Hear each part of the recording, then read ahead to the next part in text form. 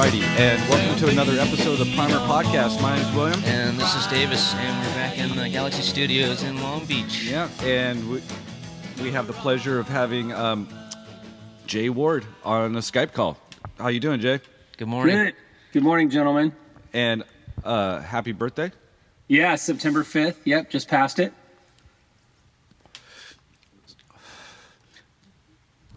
Way to go. Where's your list of questions? Still alive. Oh, man. So what you been up to, Jay? I know you're a contributing writer for the Jalopy Journal, and you've got a ton of things going on. What's the hot new project for you right now? Well, the journal I'm still writing for twice a week with Ryan, which has been really good for me. It's just to talk about that really quick. When he was looking for a writer so that he didn't have to write, basically 5 days a week for the journal.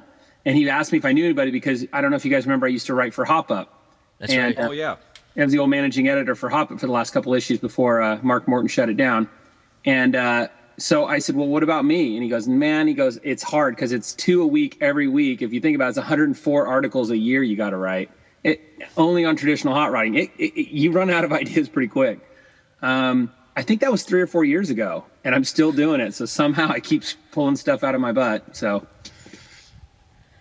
Yeah, I've been every once in a while I'm on there. I catch your at the top there on the webpage, and you have a lot of really cool, interesting, more from the designer side, from the big three manufacturers as far as cars and interiors and colors and more industrial design oriented. yeah. Which makes it not just like, oh, here's a traditional hot rod, but it's more, this is what the designer was thinking when he created this car, and then how it's sort of evolved to what has become a new hobby. But I always find your articles pretty interesting in regards to the thought behind what became a product at the end. Yeah, I think that comes from, working at Pixar and working on cars-related projects at Pixar because, it's funny how much everything really relates. Car design and animation, like making an animated film and designing a car, both take about 4 years from start to finish, from idea to like final product. They both require engineering or technical and creatives to work together, right? Because it has to functionally work, but it also has to look aesthetically pleasing. So there's all these crazy similarities between animation or filmmaking and real car production that I find that fascinating. And it's so crazy. Every time I go to a car show and I'll talk to, go to the Detroit Auto Show and talk to the guys from GM, and they'll say, man, we have the exact same problems. That's so weird. Where, engineering is trying to drive it, and then we make an ugly product that nobody wants. And, there's a lot of similarities that we deal with. So I try to bring that into the ham and think about, everybody's building a hot rod or a custom the way they want to, and they should. And if you start getting into this is good taste, this is bad taste, you start bumming a lot of people out. But what I really start looking at is when you look at successful car designs like a 65 Riv, right? Or, a 59 Impala, or, to me, if even my 57 Pontiac, there's some successful design things. What were those guys looking at? Because they had to start with a blank sheet of paper. We're kind of lucky that we're starting with an existing car and customizing it and improving on something somebody already made. So, what got you into cars? I think you guys are probably the same as me, is that it was sort of always there in some way, even as a kid. Like either you had a huge Hot Wheel collection or a huge Star Wars collection. I was on the Hot Wheel side of things. I used to get $1 a week allowance, and every week I would buy a Hot Wheel. And then my dad was a car dealer in Kansas City, which is my hometown. And from the time I was probably 6 years old, he would bring all kinds of crazy stuff home, or I would go sit at his desk and draw on the blotter at the front desk and take cold Cokes out of the machine, and he'd be wheeling a car in the back, like compounding a car and putting stripe tape on it in the 70s, Remember all that. Was it from your pops, how you learned how to wrench on cars? No, it's funny because I grew up with my mom. My mom and dad got divorced when I was little, and I moved out to California with her, but I had this love of cars, but didn't have much mechanical ability. I still don't have much mechanical ability. And I got to a point of reading Don Montgomery's books. I'm sure you guys know the black and white books by Don Montgomery on hot rodding. They're the best possible books for traditional hot rodding. They're absolutely amazing. There's about 5 of them. And I started reading those, and I was in a car club when I was in Orange County, the Lucky Devils, for a while, and I wanted to build my own car from the ground up. I bought a 49 Lincoln and learned how to lower it and, do basic stuff. I'd always done that, but actually building a car I wanted to do. So when I bought the Roadster, the 29 Roadster, I started with just a stock Model A with no motor in it and took it all the way down to the frame and just kind of, figured it out with my friends helping me.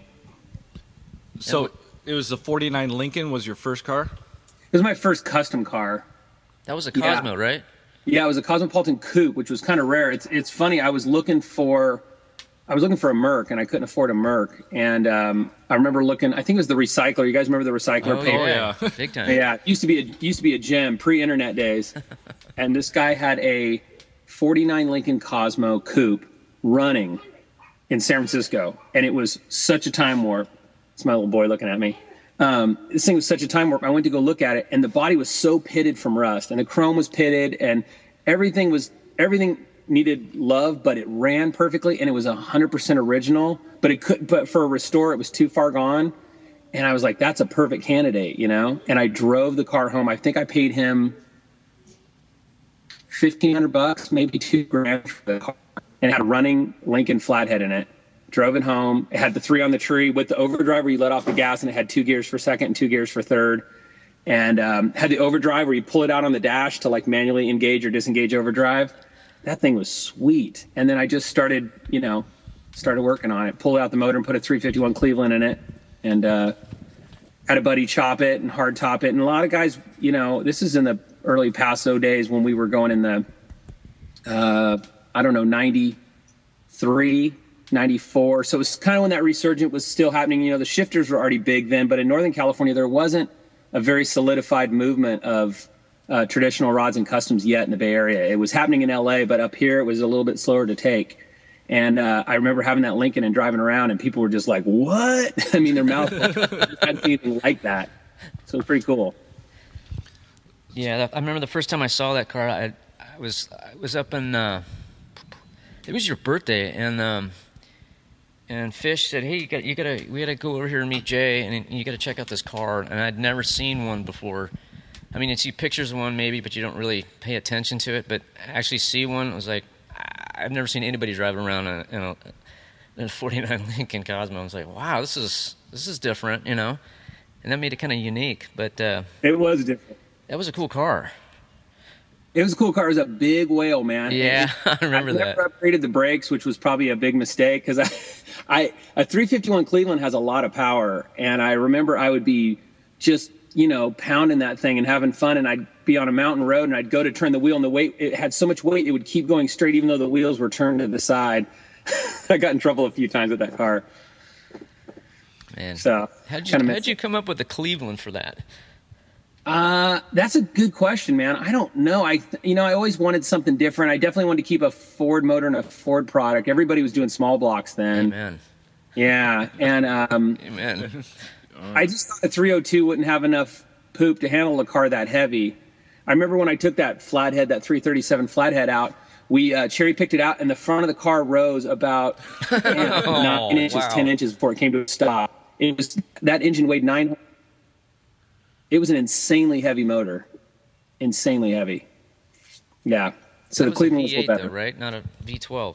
Yeah, no, it was the first of the flathead V8s. The year before was a V12. Yeah, and it was a 337 cubic inch flathead 8, and you couldn't get parts for them, or it was hard to get parts. They were expensive. Right. And I thought, okay, it's going to cost me $3,500 to rebuild this thing, or I can pick up the motor out of this Cougar. My motor came out of a Merc, out of a 67 Merc Cougar, or 70 Merc Cougar, for $500. Which one am I going to do when you're on a budget? So. Yeah. Done. I hear you. Yeah. So, what cars do you have now? So I've still got the 29 Model A that I built when my wife and I got married. That's a 29A Roadster with the Caddy motor. That's the Caddy motor. Is that like a 390 or? It's a 331. It's a 331. So it's a 55 motor. So from 49 to 55, the Cad motors were all basically 331 cubic inch overhead valve V8. It's a great engine. They're smooth. They don't get hot at all. They have a lot of torque, and they just slowly, improved them every year. And so that motor is another recycler find, but Orange County recycler. And this guy said, Cadillac 331 motor and transmission runs great, $750. And so I go down to LA, and it's like this guy was on the far east side of Orange County, and it was kind of a crazy neighborhood with dogs running around, chain link fences, kids with no pants on.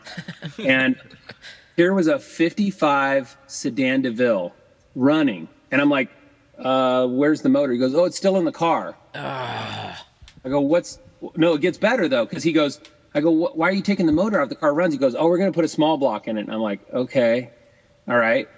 So what's the deal? Because we drove around in the car, and I was like, it runs great. And they already bagged it. And he goes, we'll pull it out this weekend if you're down for the weekend, and we'll have it for you on Monday. And I'm like, all right.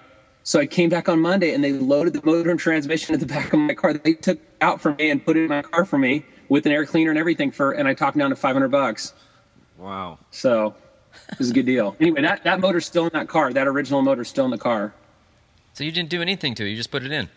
I did a timing set, and I did a cam lifters, timing set, but that's it. But the pistons, rings, bearings, those are all original. Good compression then. Decent, yeah. And good oil pressure. Shocking. You took that car to a Bonneville too, didn't you? Yeah, Mike Kinsella and he rode shotgun with me. We went to Bonneville, 750 miles each way, no top, no windows. And just bombed it out there and back. That was one of the best trips of our life, honestly, dude. I got to say, like, having a roadster on the salt at Bonneville was like, it's pretty amazing. That's on our to-do list. Definitely. Yeah. You can do that. It's something about being in a, it's cool going in a custom car, but being in an actual open car, like in a roadster on the salt was like, it's pretty amazing. Had a good time. Almost a little sketchy. A little sketchy, dude. I'm telling you, and hot too. You're getting beat up. You got to wear a hat. Oh, yeah. Let's see. So that I got the 29A Roadster. Not much fun on that right now. I got the 57 Safari that I'm sitting in now, which I bought when my daughter was born, and it was a rat. It smelled like cat piss, and there was no floors in it, and it had been used as a parts car for a Nomad. And I brought it home. My wife was so mad at me when I brought it home. Oh, dude. You got that car up in the Bay Area? No, that car came from down in Upland. Oh, okay. Yeah, another LA find. I told everybody I was looking for a Safari, and a buddy of mine, Don Dillard, you know who Don Dillard is? He runs Highway 99 Hot Rods. He took a picture of a sign. This guy had all these cars for sale, and it said 57 Safari, $9,500. And I called the guy up and goes, oh, it doesn't run, but it's all there. And he sent me pictures, and I was like, oh man, this thing's kind of a rat. And he goes, no, it's nicer than it looks in the pictures. I came down there with a trailer, and I got down there, and I was like, I don't want this thing. It's too much. Like, the motor's original, like bad original. The glass is out of it. It's got Mexican blankets over the seats that smell like cat piss. The floors are rotted out. If you pull off trim, you're going to see rust underneath. And I'm like, I'm going to pass. And I think I talked him down like another grand, but he sort of knew I was the trailer. And he threw in this Pontiac Master Dealers book. It was like a $500 gold book that they gave to dealers. It's like a dealer album. And I'm like, all right. So I drug the thing back up, and man, my wife wanted to kill me when she saw this thing. I was like, trust me, it's going to be awesome. Right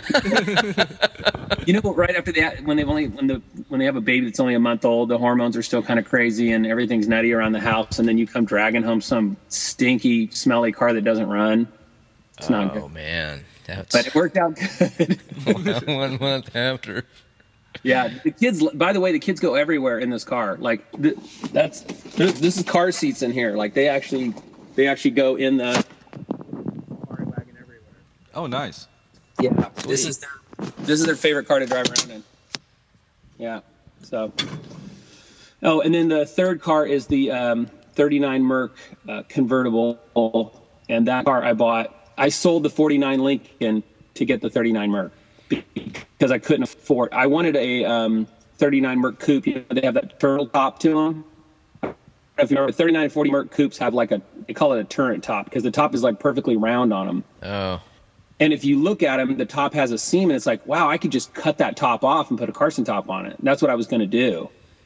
And even the Merc coupe, 39 Merc coupes were running $15,000. That's about what a decent Merc coupe was running about then.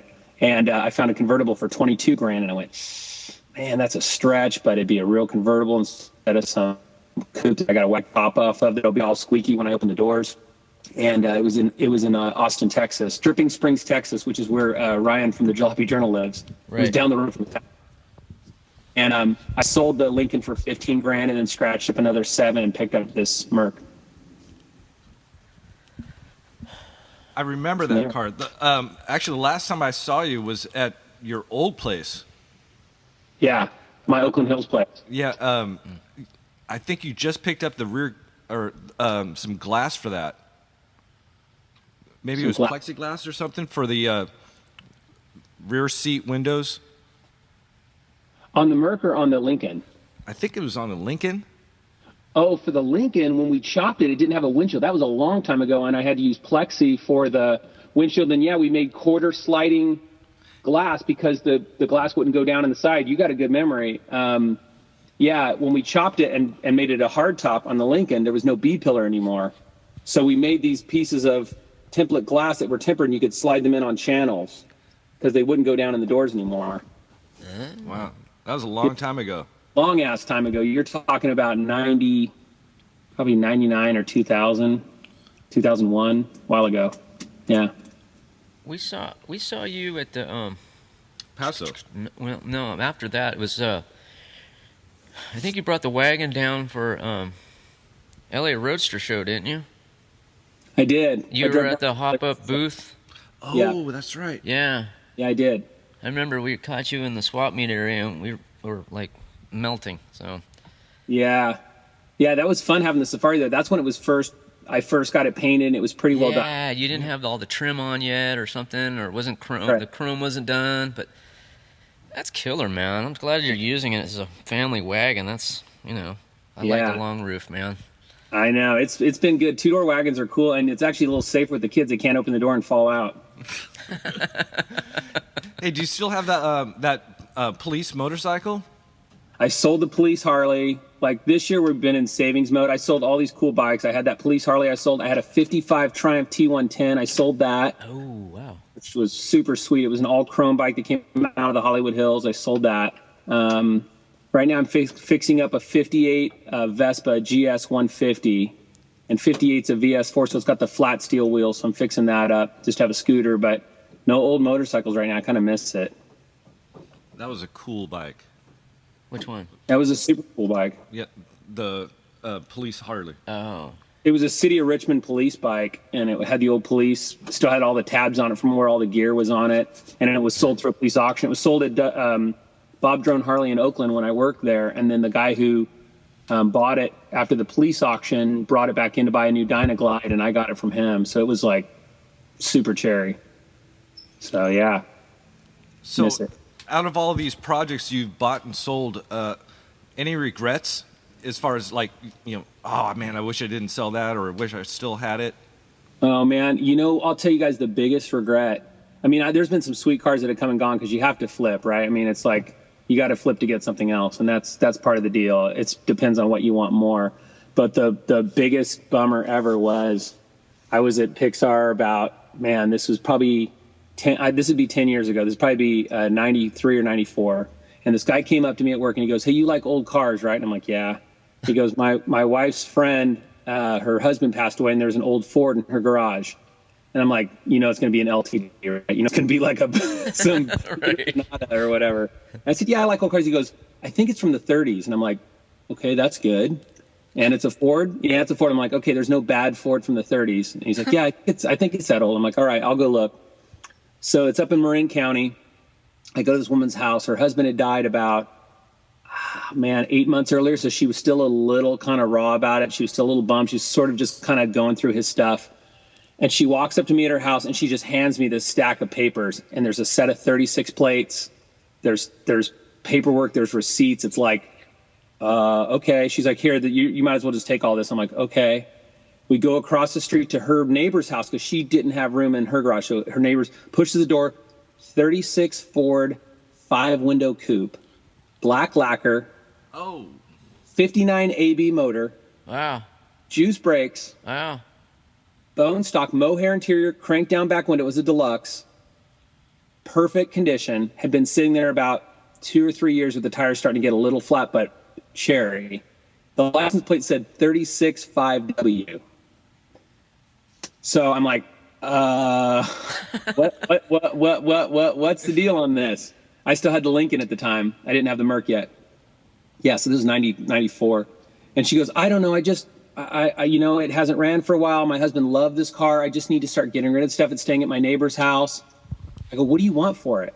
And she goes, I don't know. And I'm like, listen, I don't have a lot of money. Do you want it to go to a good home? Like somebody who will love it and like it? Or do you want to get the maximum money for these things? No, I don't want the money. I want it to go to a good home. I'm like, okay. So I would take this car and go, because I don't know if it runs or not. I don't know anything about it. I don't know if the gas tank's right out. It looks good, but it's been sitting. I go, I could give you like, somewhere between $5,000 and $7,000 for it. I said, it's probably worth a lot more, but that's what I could give you. And she's like, I guess, I don't know, like $5,500. And I'm like, okay, yeah. This is in 94, but that was still a sweet deal in 94. Oh yeah. I'm Absolutely. like, okay. I just bought a 36 Ford 5-window coupe, killer, badass, for $5,500. And I go, let me go to the bank and get you some money. She goes, no, don't worry about it. She goes, just come back, because I was leaving the next day for Hawaii with my wife. We were going on vacation. So she goes, just deal with it when you come back. Don't worry. It's your car. It's not going anywhere. It's been sitting here for years. And I'm like, okay, all right. Oh. Yep. You can guess where it goes. So I keep her for a while. I'm so excited. I take my Max catalog with me, and I'm circling stuff at the beach and what I'm going to buy for it. So stoked. I'm in Hawaii the whole time thinking about my car. I've actually got butterflies in my stomach. And after about a week in Hawaii, I start getting this feeling, just this sickening feeling, right? And I haven't heard from her, and I call her up. I can't remember her name. And I go, hey, this is Jay. She goes, Jay who? I go, I'm the one who came over. She goes, yeah, I'm sorry. I can't sell you the car. I'm like, what do you mean? You already said I could have the car. She goes, well, after you left, I called one of my husband's friends who worked in the car with him, and he said it's worth a lot more money. I said, I told you it was worth a lot more money. And she goes, yeah, but because he worked on it with him, he really wanted it. And so he gave me $15,000 for it. And I'm like, oh, okay. I go, what do you want me to do with the title and the paperwork and the license plate? She goes, oh, you could just drop them off with your buddy at work. I'm like, okay. Gone. I should have just that day just gotten a trailer and just gotten it out of there. You know what I mean? Just like, thank you, cool, and just done something. But I was going to Hawaii the next day, and it was like, it was the worst. Wow. That's a story, man. Yeah. Dang. Okay, Yep. well, that's the one that got away. Let's say you had unlimited budget, unlimited time. Yeah. What would be, say, your dream car? Probably a 39 Zephyr 3-window coupe. And yeah, that's Josie. How you doing? She wasn't born yet when we were working on this car, so that shows you how long I've had the car for. She's a hand. Just don't mind her. A 39 Zephyr 3-window coupe, because to me, like, I love 39s. There's something about that year. Like, I like 39 Fords more than 40 Fords. Most people like 40. I like 39 better. I like 39 Mercs better than 40 Mercs. And I like 39 Lincoln Zephyrs. They have that big gauge in the middle and then that waterfall dash going down the middle, and the shifter comes out of the dash. And they're just beautiful. They're my favorite. So 39 Zephyr coupe would probably be the one. Yeah. Just a Westergaard style flipper caps down a little bit. Let them talk, Daddy. Uh-huh. Go ahead, guys. I lost my spot there. So what do you got coming up in the future? I mean, you taking another road trip or going to Texas, or you gonna go to the Ham Drags? I don't know. Have you ever been to the Ham Drags? I went to the very first Ham Drags, and I went to probably the third or fourth one. They do it in August in southern Missouri. Yeah. Yeah. So that's worth checking out, though, at least once, huh? It's a lot of fun. There's some good cars around the guy. I'll tell you what, checking out, because they just couldn't run anywhere else, like, legally, but they kind of get a deal to do this for the day. So you see stuff that, that the NSRA would not let them run. No way. But it's great. And they make runs down the strip, and it's a lot of fun. And Midwest stuff that we don't get out here in California. So lots of cool diggers and flatheads and cool stuff. Okay, I was told to ask you about this. What's your opinion on, say, like car clubs? My opinion on car clubs? Yeah. I've been in a few. I started out, like I told you, in the Lucky Devils, and that was in the 90s, and it was a big deal back then to be in a car club. You know, it was cool to be in a car club, and it was still kind of rare to have this band. Damn it, I can't see your whole face. That's okay. That's all right. We're just talking. All right. It was kind of like rare then, and then as time on, you know, and got lots of joining clubs and starting car clubs, and after a while you start getting these people who didn't even have a car that were in car clubs. They just wanted the jacket, and then, you know, or you got the guy with the stock 4-door, you know, late 60s car with red wheels that wanted to be in a car club, and it just turns into a political thing. So I don't know. I'd rather just hang out with good friends and have a good time, and, you know, if there's a club out of it, that's great. But a lot of the organized ones, they end up imploding. What you doing? Such a monkey, man. So you got any projects lined up to help get your kids going and how to turn wrenches and how to fix things? That's for the garage remote. Yeah, so we have a 1/3 scale Model T. It's a gasoline powered Model T. So it has a metal body. It has cast aluminum wheels. It has pneumatic tires, and we bomb that thing around the neighborhood to the kids like that. I think when they get a little bit older, we'll set it up so they can actually drive it themselves. But right now, it's a little dangerous. That's like something you'd see at a parade, right? Yeah, exactly. It's like an old Shriner car. There you go. Bye-bye. So what powers that 1/3 scale T? Was it like a little two-stroke or? It's a Briggs & Stratton 3.5 horse vertical drive. Oh, okay. And it's got a chain drive, and it's got forward, reverse, and neutral. So it's got a little reverse gear on it.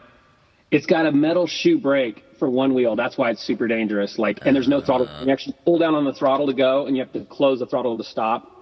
So if there's a kid in there and they just go full throttle and let it go, they don't know what to do. They'll just drive into a wall. It's for adults. Right. Yeah. Cool. Like Henry's sitting on the roadster right now. He's in the car. I don't know if you can see.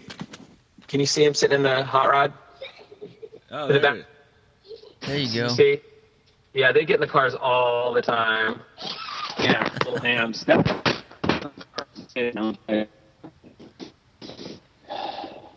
Well, you know, you can teach them how to sand. Yeah. I mean, that'd be a start. Yeah. He likes working with tools and stuff, so it is good. If you give him a project, they'll work on it with you. Are you still teaching? Are you still a teacher? I quit that gig about 2.5, 3 years ago. Okay. Political aspect of education just in California just blows, and was like, I can't do this for another 15 years. Yeah, I can see that. I having kids in school now, and I'm sure the parents were half of it too, right? Oh yeah. Yeah. You know, and you know, it's part of this millennium generation, I think is what they're called now. The millennials, yeah. Yeah. But I got a gig, working on apartments. Okay. My boss owns 12 properties, like 75 units or something like that. You know, so basically all the fun stuff that I would do on the weekends, I get to do all day. Oh, that's cool. You know, laying tile, hanging cabinets, you know, all that fun stuff.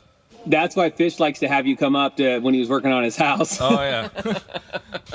Well, he came down on Monday, and I ripped some lumber for his deck and door jamb, and and we brewed some beer. Nice. I think he's going to pick it up Sunday for his drive back. And are you still doing Edelbrock stuff? Yep, I'm still there, shooting photos, doing layout, doing ads. Has it gotten better? Like, has the political stuff gotten a little better there? Because there was a while where you were like just about ready to bounce. Things have changed. It's not family owned. It's 51% is owned by IOP. Okay. They're an investment group. Okay. So the $2 are now outside of the business now. So Okay. it's just Vic. He's the only Edelbrock in the building. And has that been better or is it worse?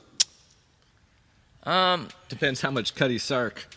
Oh, rough, bro, rough. Wow. Well, he's a great guy, and he's just a wealth of information. But he also is he should be retired. Yeah. And Yeah. I think he enjoys his retirement, and there's a lot of this is the way we used to do it mentality that's still going on. He's got enough dough to retire, right? I mean, he's done really well for himself. He's well situated. Yeah, he's loaded.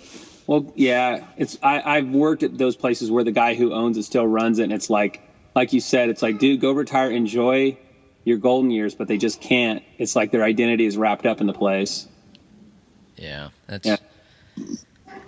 But otherwise, things are good over there, so I'm busy. I love it when you send me that archival stuff, man. You find some sweet little digs. That one with the tarantula. Oh yeah, and the old catalogs. I love that stuff, dude. Rich history, and it's I love looking at it, and I can kill like a half an hour, and I gotta get focused. I don't blame you, man. Even that photo of him riding with his motorcycle buddies. Oh, that's awesome. Oh my gosh, really dude. Let's go ride. Put on the leather jacket and go up to like Palmdale or something, and just tough. This was like, Yeah, and you look at the way they were modifying their bikes then, and you're like, oh, just everything perfect. Like it's all genuine, none of that fluffery like you see now. No fluff. Yeah. So as far as work goes, you're pretty busy too, right? Yeah, I do car stuff full time now, so I'm a creative director for the Cars franchise. So anything related to the movie Cars, theme parks, video games, publishing, consumer products, toys, authenticity for the movies. I'm working on a little shorts series for McQueen Racing, and then I wrote a live action script about a girl that motorcycle racing, and I'm trying to get Disney to pick that movie up, so I'm going to pitch that to them next week. Wow. So what do you do in your spare time? Yeah, man. sit in your wagon and talk to a couple guys in their garage. Yeah, I hide my car so I have some moment of peace. I've been known to do that too. I go to the garage and pop a top and clean the workbench. Yeah, it's a place of solace for sure. Yeah, I get home and it's, hey, can you do this? Hey, can you fix that? Hey, where's this? Hey, where's that?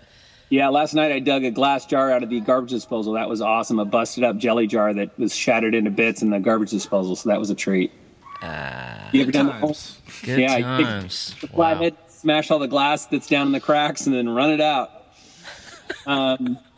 Let's see, car-wise, so the Merc's going to come back with a chop to the top, and all the wiring's cloth wrapped now. The next thing I got to pony up money for is to get it reupholstered, the new chopped top reupholster, which isn't going to be cheap, and it needs interior, so that'll be a big expense. But then that car's dialed. It's got a burgundy color, right? Exterior. Yeah, and the interior was done in the 70s, so I don't mind replacing it. It's kind of like Naga hide and cloth, so that needs to go anyway. But I'll do the horseshoe pattern with pleats and probably do like a bone white, like a warm bone white with the maroon nice and period correct. Yeah, and I left a little edgy, like the skirts are not perfect and the running board rubber is a little chewed up. And I like it looking a little worn in, and I can drive it and have fun with it. It's not like a show car. Right. Exactly. Yeah. And then the Model A, I have a 4-speed, a T10, a 4-speed, and an Offie adapter, so I want to go to 4-speed. It still has the Caddy Hydromatic behind it. So that'll get a 4-speed and then eventually a quick change, or at least an open banjo on the back. Oh, cool, man.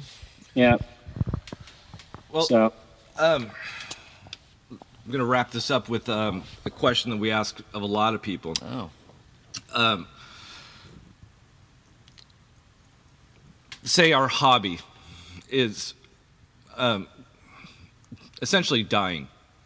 A lot of old guys have got their roadsters, car clubs. what's in it for the new guys? Where do you see the future of this hobby? You know, because I mean, these 20-something year old guys, you know, they can't get into a roadster. They can't. The recycler's gone. You know, Yeah. Where do you see the future of, you know, old car stuff? You know,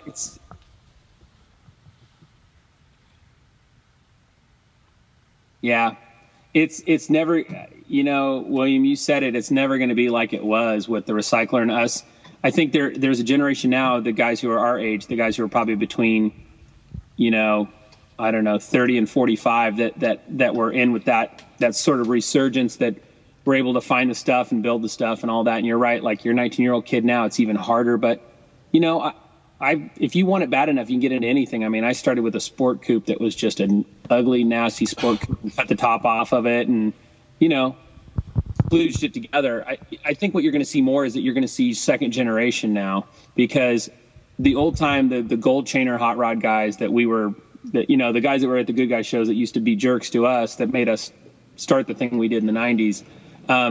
You know, their kids were into other stuff, but I think my son has a pretty good chance of being into, you know, traditional style hot rods and customs. And I think you're going to start seeing a lot more second generation. Look at like Tom Branch, you know, his son is like grown up with him at the Salt Flats. Like that's a kid who gets it. So I think what you're going to have more now is hopefully you're going to have second generation kids coming out of our generation that are into it, that get their parents' stuff, get their dad's stuff. So that'll be cool. Awesome. All right. Yeah. Let's get those kids working. Get them standing, right, William? You got it. All right, man. Well, hey, thanks for talking with us. Hey, it's good to see you, man. Yeah, you guys too. It's been a while. When are you coming up again? It's been too long. Yeah. You know what? I've missed the, normally I see you guys in January at the Roadster show, but late January is also when the toy fairs are. So I usually go to the Nuremberg Toy Fair, which is it's a bitchin' toy fair. It's amazing, but it's the same time. So it's hard. Work in January and February is always busy for me. But well, maybe next year at Bonneville. Yeah, that would be cool. I'd love to see you guys at Bonneville. That's one of my favorites. That's a good idea, man. Yeah. We should make that happen. We definitely should. Yeah. Just fly to Salt Lake City and rent a car and tell them that you are not going to Bonneville. Don't wear any hot rod stuff when you go to the and then just head straight out to Wendover and you're there. Or we can just take the Galaxie. Right. It'd be cheaper to fly, man. That's true. 390. Yeah. 700 miles. Yep. Yeah. That's a lot of gas, man. Okay, man. All right. So until next time, my name's William. This is Davis, and I'm Jay. all right, man. Don't skip. But there'll be no more crying of you.